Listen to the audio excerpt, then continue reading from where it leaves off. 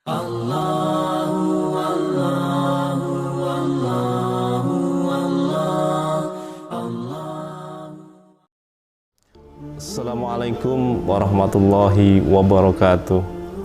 Innal hamdalillah nahmaduhu wa nasta'inu wa astaghfiruh wa na'udzu billahi min sururi anfusina wa min sayyiati a'malina. May yahdihillahu fala mudhillalah wa may yudhlil fala hadiyalah. Asyhadu an la ilaha illallah wa asyhadu anna Muhammadan abduhu wa rasuluh la nabiyya wa rasula ba'da. Siswa-siswi SD Muhammadiyah Metro Pusat yang dirahmati Allah, puji syukur kehadirat Allah Subhanahu wa Ta'ala. Kita semua masih diberi kenikmatan iman, kenikmatan kesehatan, kenikmatan kesempatan, sehingga kita dapat melaksanakan saum Ramadan di bulan ini. Bulan yang penuh berkah, bulan yang penuh ampunan, penuh maghfirah. Dan tidak terasa kita sudah memasuki 10 hari yang terakhir di bulan suci ini. Man shoma Ramadana imanan wa ihtisaban ghufira lahu man taqaddama min dzambi.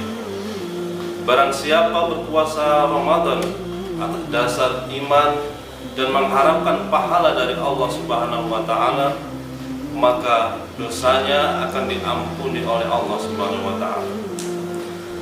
Anak-anak yang Pak Guru banggakan, kita sudah mengetahui bersama bahwa puasa tahun ini menjadi Ramadan yang spesial buat kita semua. Mengapa? Karena kita harus berpuasa di tengah musibah wabah COVID-19. Dengan adanya musibah ini, kita harus melakukan ibadah-ibadah dari rumah, sholat tarawih di rumah, membaca Al-Quran di rumah. Namun, jika ini semua kita lakukan karena mengharap ridha Allah, maka tidak akan mengurangi pahalanya walau kita beribadah dari rumah. Tetapi, jika musibah itu menimpa orang-orang kafir, maka itu mutlak sebagai azab. Namun sebaliknya, jika musibah itu menimpa orang-orang mukmin, pasti itu bagian dari bentuk kasih sayang Allah Subhanahu wa Ta'ala. Semoga kita semua tergolong orang-orang mukmin yang disayang oleh Allah Subhanahu wa Ta'ala. Anak-anak, siswa-siswi SD Muhammadiyah Metro Pusat yang berbahagia, paling tidak ada 3 bentuk kasih sayang Allah di balik musibah ini. Pertama, musibah yang menimpa adalah sebagai ujian keimanan kita. Anak-anak yang dirahmati Allah, hakikat kehidupan dunia adalah ujian. Allah Ta'ala pun telah menetapkan bahwa bagian dari ketetapannya bagi umat manusia adalah mendatangkan ujian dalam ragam bentuk, mulai dari ketakutan, kekurangan, atau kelaparan, seperti dijelaskan dalam surat Al-Baqarah ayat 155. Dan sesungguhnya kami akan mengujimu dengan ketakutan, kelaparan, kekurangan dalam harta, jiwa, dan buah-buahan, dan berilah kabar gembira terhadap orang-orang yang bersabar. Terkadang Allah memberi ujian berupa kebahagiaan. Pada saat yang lain Allah memberikan ujian berupa kesusahan, seperti rasa takut dan kelaparan, termasuk seperti yang sekarang sama-sama kita alami dengan merebaknya wabah COVID-19. Siapa yang tidak takut? Para tenaga medis yang paling mengerti kesehatan pun menjadi korban dari ganasnya COVID-19.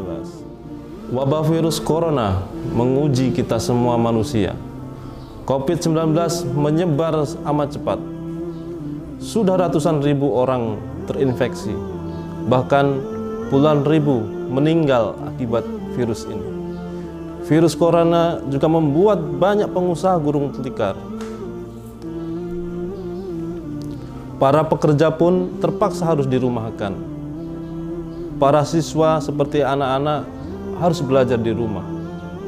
Dan masalah terbesar yang kita hadapi adalah ketidakpastian kapan virus ini akan berakhir.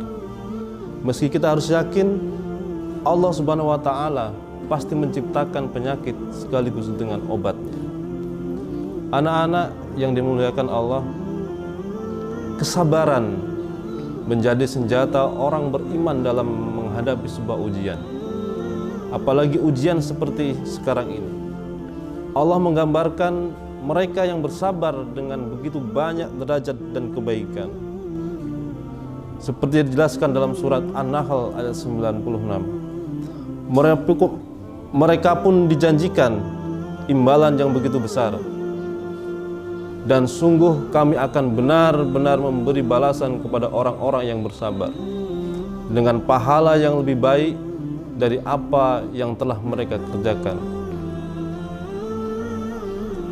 Untuk itu, mari kita tingkatkan kesabaran dalam menghadapi musibah wabah ini. Bentuk kasih sayang Allah yang kedua, musibah yang menimpa adalah sebagai pilihan Allah yang terbaik. Tidak tertutup kemungkinan yang dikira sesuatu yang tidak baik itu justru sesuatu yang sangat baik yang sedang Allah rencanakan dan tetapkan untuk kemaslahatan hidup di dunia dalam menggapai kebahagiaan yang hakiki dan abadi di akhirat.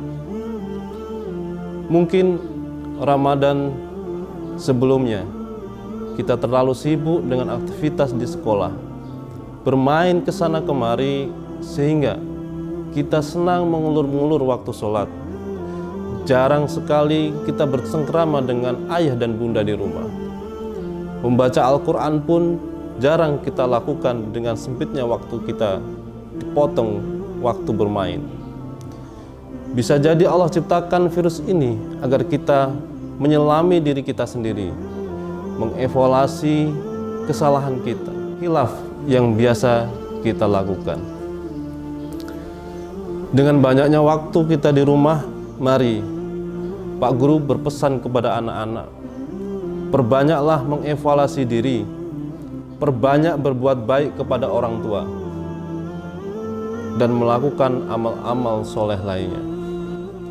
Hikmah di balik musibah yang ketiga, musibah yang menimpa adalah sebagai teguran dan peringatan dari Allah Subhanahu wa Ta'ala yang disebabkan kesalahan manusia di dunia yang telah mereka perbuat. Yang ketiga ini pun wujud dari kasih sayang Allah Subhanahu wa Ta'ala kepada hamba-hambanya yang dicintainya, agar bersegera bertaubat dan kembali ke Shiratal Mustaqim, jalan yang lurus, sebelum tiba sakaratul maut, di mana pintu taubat sudah ditutup. Anak-anak yang dirahmati Allah, di penghujung Ramadan ini masih ada kesempatan, masih ada waktu untuk menggapai keberkahan, rahmat dan ampunannya. Mari kita tingkatkan ibadah kita, luruskan niat kita, perbanyak amal soleh. Selamat berbuka, semoga amal kita hari ini diterima oleh Allah Subhanahu wa Ta'ala. Wassalamualaikum warahmatullahi wabarakatuh.